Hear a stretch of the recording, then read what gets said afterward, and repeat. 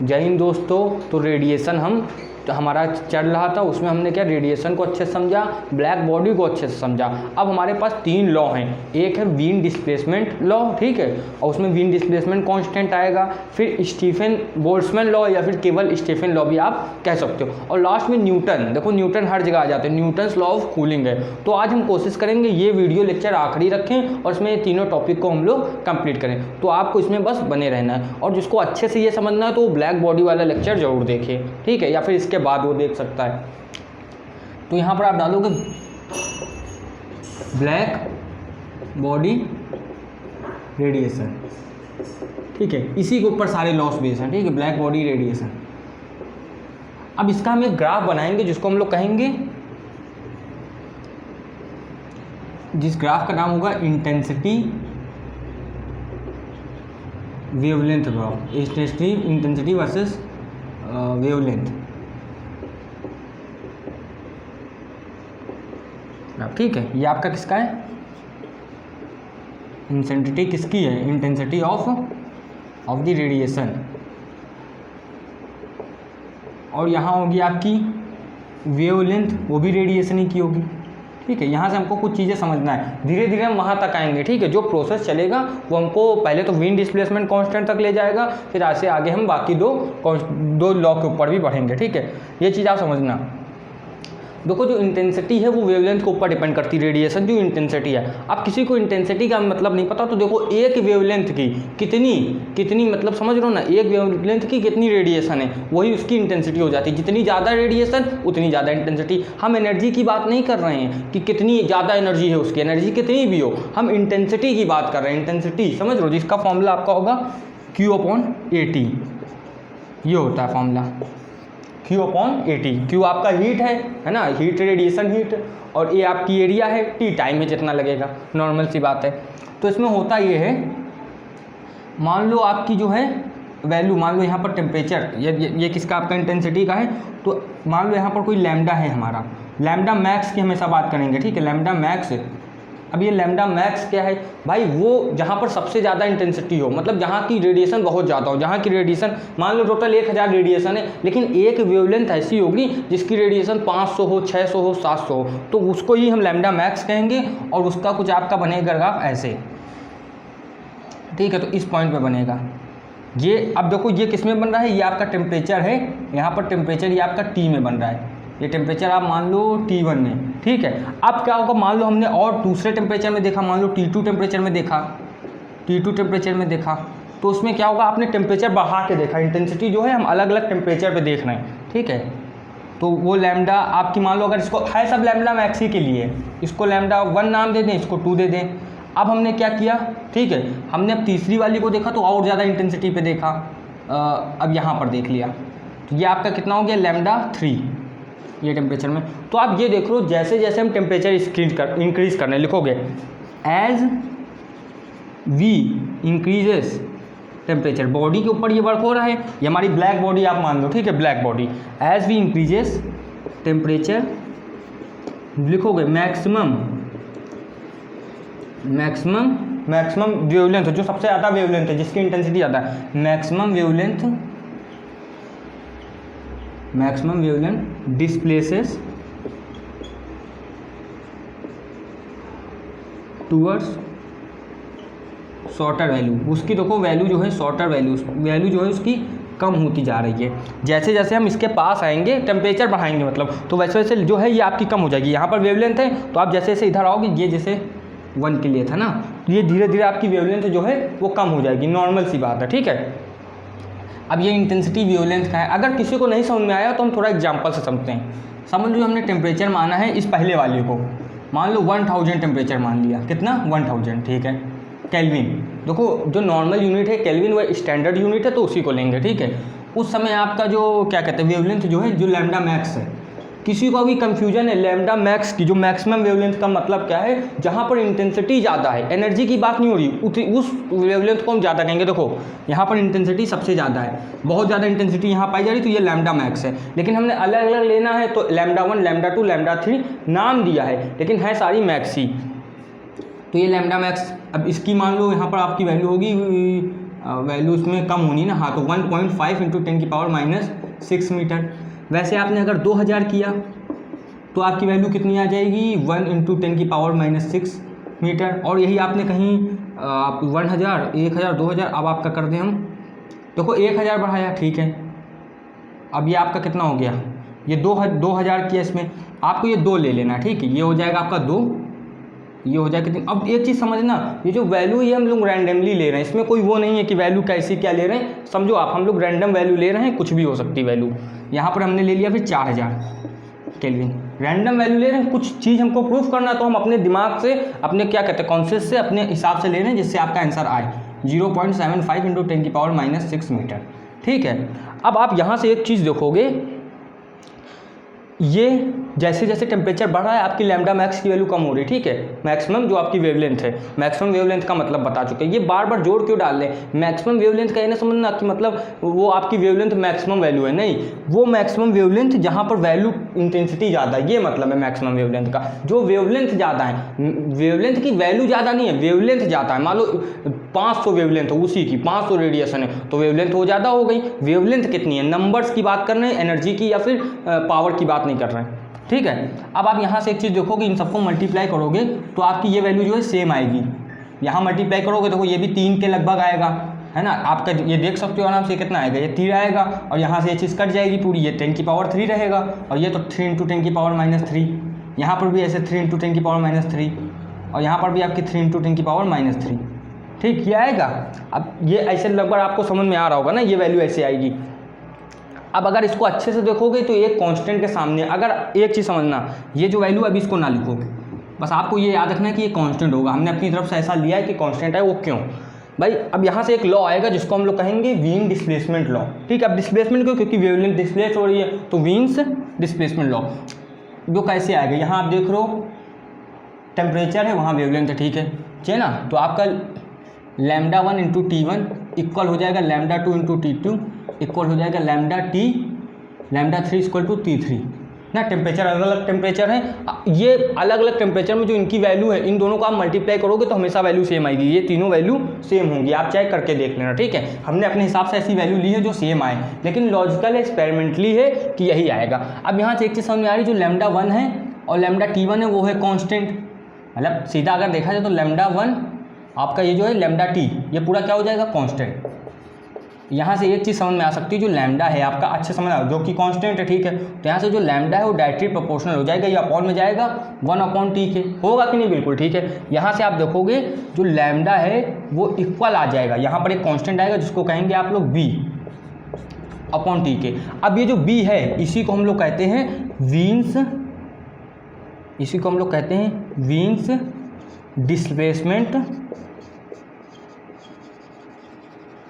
Constant, ठीक है। और इस ये जो चीज़ है कि λ/T कांस्टेंट होगा, इसको हम लोग कहते हैं Wien's displacement law, Wien's displacement law. बहुत आसान लॉ है, समझ में आया होगा, जो हमने प्रूफ किया भी यही इनका लॉ है भाई। जब कोई चीज़ प्रूफ हो जाती है तभी तो लॉ ही होती है, नहीं तो उससे पहले तो थ्योरी रहती है।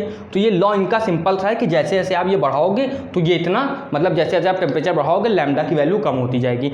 अब बात यह आई, जो हमारा ये बी आया इसकी वैल्यू क्या है, तो इस बी की वैल्यू होती है 2.989, आपकी कितनी होती है, 2 पॉइंट, ये थोड़ी सी गलत है, 898, ठीक है, 2.898। अभी एक चीज़ देखना है यहाँ से, एक चीज़ बतानी है, 10⁻³ आपका देखो यहाँ से वैल्यू अगर किसी को निकालना तो मीटर टेम्परेचर यानी कि मीटर केल्विन आ जाएगी। यहाँ से एक चीज़ देखना, हमने कहा था यहाँ पर वैल्यू लगभग 3 आ रही है, और ये भी है लगभग 3 के करीब है, 3 है नहीं लेकिन लगभग ये आपके 3 के करीब है, ठीक, समझ में आई इतनी बात की नहीं। तो ये तो आप पूरा नोट करोगे, ये इतनी चीज़ नोट करनी है, ठीक है। यहाँ से एक हम सवाल लेते हैं, देखो, ठीक है, ये पूरा नोट कर लेना, ठीक है। यहाँ से एक हम सिंपल सा सवाल लेते हैं, आपसे कह दिया गया ये है, यहाँ पर आपकी वैल्यू ऐसे बना दी गई है, यहाँ पर ये λ1 है, यहाँ पर क्या आपसे कह देंगे, ये क्वेश्चन आ चुका है ना, λ2 है, यहाँ पर आपको ऐसे बना दिया, कह दिया यहाँ पर टेम्परेचर अलग अलग है, यहाँ पर T1 है, T2 है, T3 है, और यहाँ पर क्या हो, ये आपका λ3 है। अब आप देख रहे हो यहाँ पर ये वैल्यू ऐसे ही कम हो रही है, कम हो रही, कम हो रही, तो आपसे बस ये कह रहे हैं कि टेम्परेचर जो है किस सीक्वेंस में होगा। अरे यहाँ पर सबसे कम वैल्यू है, तो ये तो आराम से आप बता सकते हो, T3 सबसे बड़ा होगा, फिर T2 और फिर T1, भाई अगर जिसकी लैम्डा की वैल्यू कम है और यहाँ देखने में पता चल रहा, इससे कंफ्यूज ना होना, क्योंकि ये तो यहाँ पर इंटेंसिटी है, आप कहोगे देखने में लग रहा है कि ये ऐसा नहीं है, इंटेंसिटी का और वेवलेंथ का है, लेकिन यहाँ पर टेम्परेचर की बात की गई है, तो टेम्परेचर इन्वर्सली प्रोपोर्शनल है, जितनी जिसकी वेवलेंथ कम उतना उसका टेम्परेचर ज़्यादा। अब ये इतना पूरा नोट कर लो। अब देखो जो हमने ग्राफ बनाया था उसके बारे में कुछ जान लेते हैं। जैसे ये ग्राफ था, इसमें ऐसे करके टेम्परेचर था, तो इसके अंदर का जो एरिया है, जिसको हम लोग ने कभी 12th में पढ़ भी रखा है, 11th 12th में, इसको कहते हैं एरिया अंडर द कर्व। ये मैथ में पढ़ा होगा, एरिया अंडर द कर्व। ये आपको क्या दर्शाता है? तो ये हमको दर्शाता है इंटेंसिटी। इंटेंसिटी से अच्छा लिखो total intensity, total intensity of the radiation, या फिर रेडिएशन से रेडिएशन लिख सकते हो, total intensity of the radiation of body at that temperature. ये मतलब फिक्स है, ये आपका एक्सपेरिमेंट से आया है, प्रोपोर्शनल होगा टेम्परेचर की पावर 4 के, याद रखना है। यहाँ से एक चीज़ आएगी, ये जो आपकी इंटेंसिटी है QAT, ये डायरेक्टली प्रोपोर्शनल होगी टेम्परेचर की पावर 4 के, इतना याद रखना है। अब देखो एक क्वेश्चन और ले लेते हैं, फिर हम लोग स्टीफन बोल्ट्जमैन कांस्टेंट को या फिर लॉ को देखते हैं। क्वेश्चन है, ये आपका सन दिया हुआ है ना, सन की जो आपकी लैम्डा मैक्स की वैल्यू है। अब देखो ये बहुत बड़ी चीज़ें, यहीं से बहुत सारी चीज़ें निकलती हैं, ठीक है। देखो यहाँ से क्या निकलेगा अभी पता चलेगा सीधा। देखो इसके लैम्डा मैक्स के लिए आप लोग निकाल सकते हो, ठीक है, सिंपल सी बात है, सारी वेवलेंथ आती हैं धरती पर, वहाँ से पता चल जाता है। इसे मान लो इसकी कितनी है 500 नैनोमीटर लैम्डा मैक्स की वैल्यू। और एक हमारा नॉर्थ स्टार है, ये अपना सन है, ये क्वेश्चन है, ठीक है, अभी देखो होगा, ये हमारा एक नॉर्थ स्टार है, उत्तरी तारा, ठीक है, या ध्रुव तारा। नॉर्थ स्टार जो इसकी वेवलेंथ है 350 नैनोमीटर। अब आपसे कहेंगे इनके टेम्परेचर का रेशियो बता दो, टेम्परेचर का रेशियो T नॉर्थ स्टार का। यहीं से देखो एक चीज़ होती है, हम क्या करते हैं, जो लैम्डा मैक्स होती है सन का पता कर लेते हैं। सन का टेम्परेचर वहाँ कोई नापने तो गया नहीं है, तो आप यहाँ से T लैम्डा मैक्स का यूज़ करते हो और सन का टेम्परेचर बताते हो। नॉर्थ स्टार ये जो हमारा लाइट ईयर्स दूर है, इसकी नैनोमीटर भी, क्योंकि इसकी लाइट आती तो ही है, या फिर लाइट हम लोग किससे, जो हमारे जेम्स वेब टेलीस्कोप है जो धरती के बाहर है, उससे हम इसकी जो मैक्सिमम वेवलेंथ पता करते हैं, उससे इसका टेम्परेचर बताते हैं। तो इसमें वैल्यू आप रख दो सिर्फ, केवल सन की है आपकी 500 और इसकी 350। सॉल्व करोगे इसको कितना आ जाएगा आपका 10/7, यही पूछा था आपसे। इसको सॉल्व करोगे सिंपल सी आपकी वैल्यू, या फिर यही नैन आपकी कितनी आ जाएगी, ये टेम्परेचर का रेशियो पूछा था आपका कितना 10:7 आएगा। भाई देखो 10 उसमें कटेगा तो है नहीं को, तो 10:7 आ गई वैल्यू। अब हम देखेंगे स्टीफन बोल्ट्जमैन कांस्टेंट, ठीक है।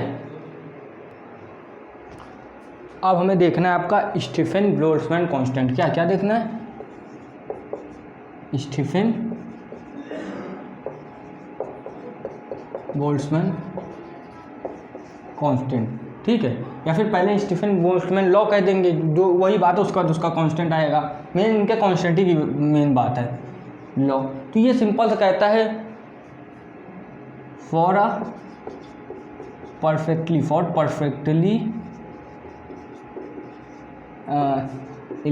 Black body, for a perfectly black body, आपका सिंपल समझना क्या होगा, इंटेंसिटी ऑफ रेडिएशन। देखो उसी से आया जो भी हमने बात की है, ठीक है, वहाँ से समझ लो ये निकला है डायरेक्टली प्रोपोर्शनल आपके टेम्परेचर की पावर 4 के, यानी कि Q/AT जो है वो डायरेक्टली प्रोपोर्शनल है, यही इंटेंसिटी की वैल्यू है T की पावर 4 के, ठीक है। हम लोग मार्कर बदल लेते हैं, यहाँ से एक चीज़ पता चलेगी, जब आपका ये हटेगा तो आपका जो AT है ना, Q/AT डायरेक्टली, अब ये हटेगा जैसे, तो आपकी वैल्यू आएगी, यहाँ पर वैल्यू आती है सिंपल सी, वहाँ क्या वहाँ पर वो आई थी, अरे वहाँ पर आपकी आई थी B, यहाँ पर सिग्मा आती है, सिग्मा T की पावर 4। अब क्या होगा, आप इसको वहाँ भेज दोगे ना, इस चीज़ को अगर आप वहाँ भेज दोगे तो आपकी वैल्यू क्या आ जाएगी, अगर हीट निकालना हो तो आपकी वैल्यू आ जाएगी सिग्मा AT की पावर सिग्मा, यहाँ पर कितना Q/T आएगा, ठीक है। ये चीज़ इतनी हो गई पूरी, इसको आप ऐसे ही रखोगे, ठीक है। यहाँ पर हमारी इंटेंसिटी निकालने का फॉर्मूला है, ये चीज़ इतनी रहेगी, ठीक है। कितना आ जाएगा, सिग्मा T की पावर आपकी 4 आ गई, ठीक है, ये चीज़ आई T की पावर 4। अब देखो इसमें क्या होगा, सिंपल सी बात है, ये चीज़ इतनी आ गई, ठीक है। अब लेकिन ये जो है, ये जो आया है आपका, इसमें इसकी वैल्यू क्या होती है, इसकी जो आपकी वैल्यू होती है, अच्छे समझना, जो वैल्यू होती है उसकी वैल्यू होती है 5.6 × 10⁻⁸ -8 वॉट अपॉन मीटर स्क्वायर पर आपका कितना आ जाएगा, k की पावर 4। ठीक, ये सिंपल सा इतनी वैल्यू आएगी, समझ में आराम से आ ही रहा होगा। देखो ये हीट है आपका, और ये चीज़ जो है ये को दोनों कंफ्यूज ना होना इसमें, ये टाइम है। ठीक है, ये है आपका टाइम। ठीक है, दोनों सेम बना दिया था, कंफ्यूजन हो सकता है। तो ये आपका टाइम है। अब यहाँ पर इसकी वैल्यू कितनी आ गई, ये इतनी वैल्यू। अब ये यूनिट कहाँ से आई, तो ये क्यू है, अपॉन में क्या था इसके, टी था।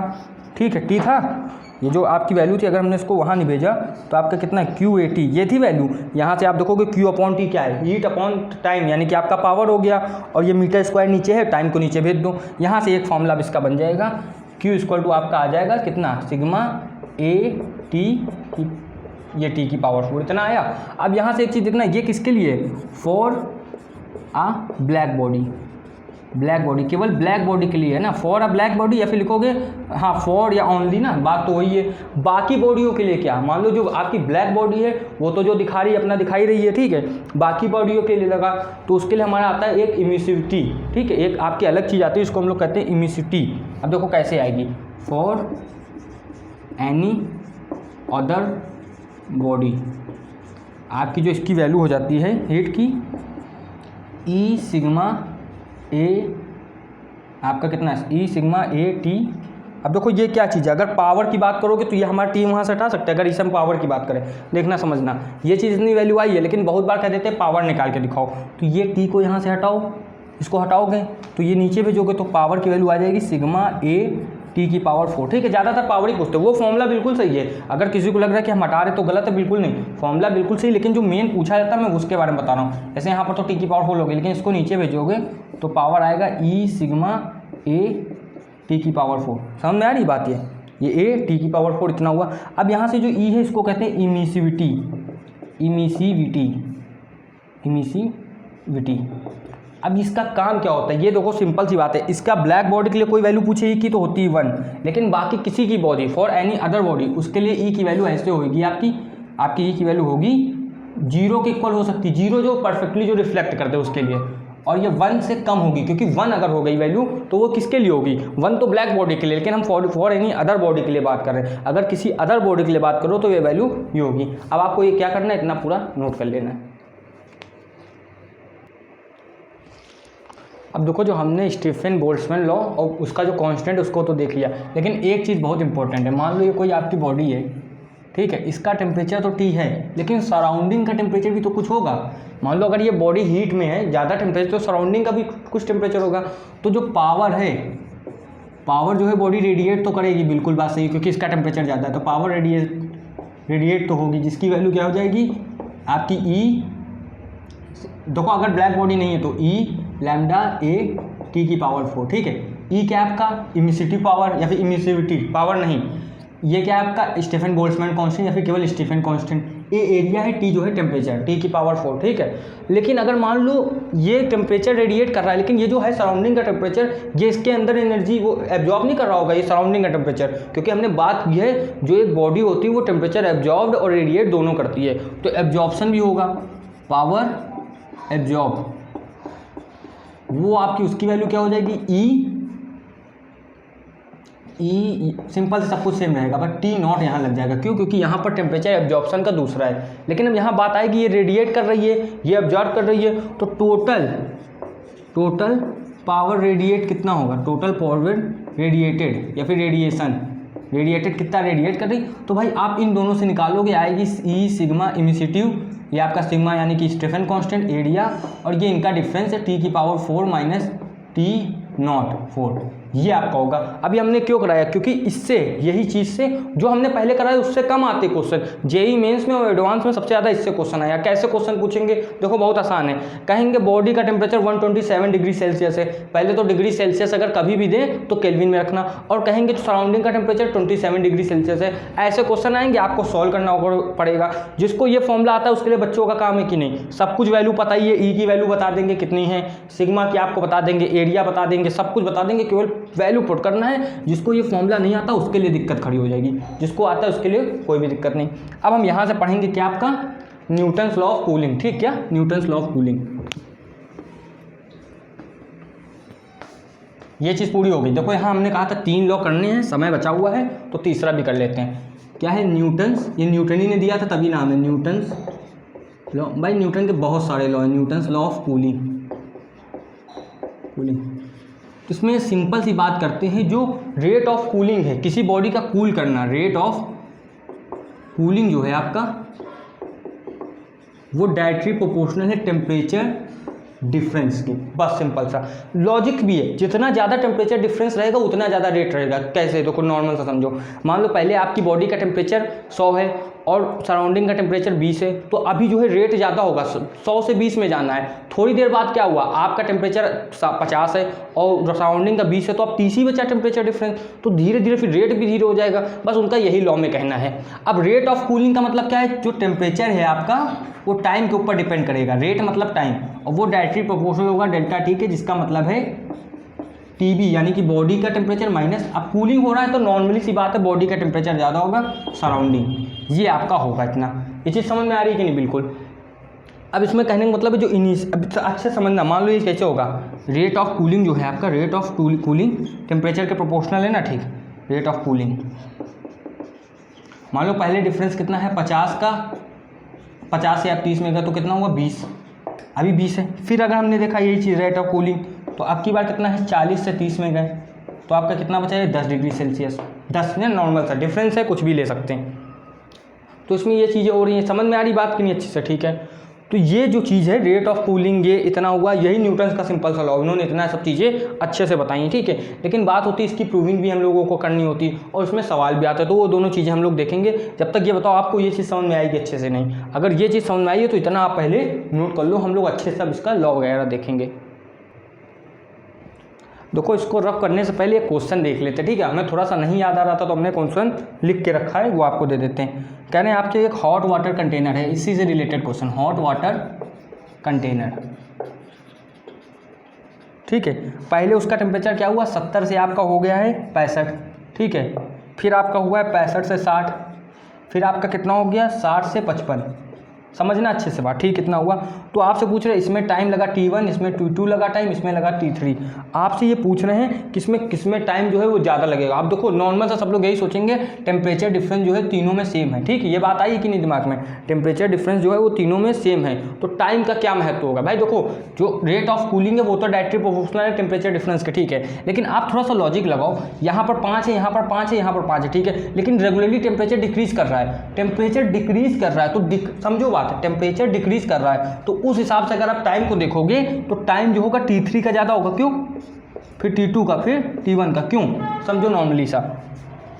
भाई ये जो है, ये जो आपका है T3 जो है वो एकदम लास्ट में है। अब टेम्परेचर जो है वो 75 नहीं रह गया, मतलब 70 नहीं रह गया, अब वो किस में आ गया है 60 में। तो जब टेम्परेचर ऑलरेडी कम हो चुका है 70 से 60 में, तो आगे वो धीरे धीरे तो कम होगा। 70 से 60 में आने में टाइम बहुत जल्दी आएगा क्योंकि उसको ठंडा होना है, फिर 60 से उसके मुकाबले तो धीमे हो जाएगा। अगर कोई 40-50 लिया तो और कम हो जाएगा। ये चीज़ आपको अच्छे से तो समझ में आई होगी, ठीक है। अब देखो ये जो चीज़ है जिसे रेट ऑफ कूलिंग है, ये जो चीज़ हो रही इसको हम लोग कहते हैं fall in temperature. Fall in temperature मतलब समझ में आया कि नहीं? फॉल इन टेम्परेचर का मतलब ये है, अब ये टेम्परेचर कम होता है ना तो उसको हम लोग फॉल इन टेम्परेचर कहते हैं। अब हम सीधा इसकी प्रूविंग देखेंगे।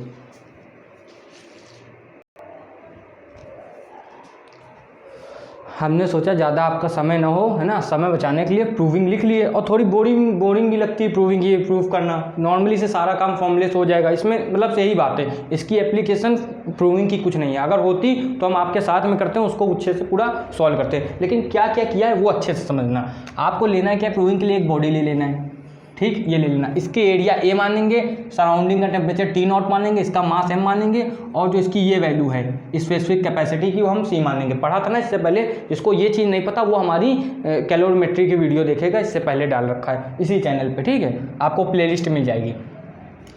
अब देखो रेट ऑफ हीट लॉस का भी हमने फॉर्मूला ये पढ़ा, ठीक है, टोटल, ठीक है, इसको ही पावर रेडिएटेड कहते हैं। अब इसको जो है आपको रेट ऑफ हीट लॉस को, अब रेट ऑफ हीट लॉस है तो रेट कैसे लिखोगे, dQ/dt लिख सकते हैं, ठीक है।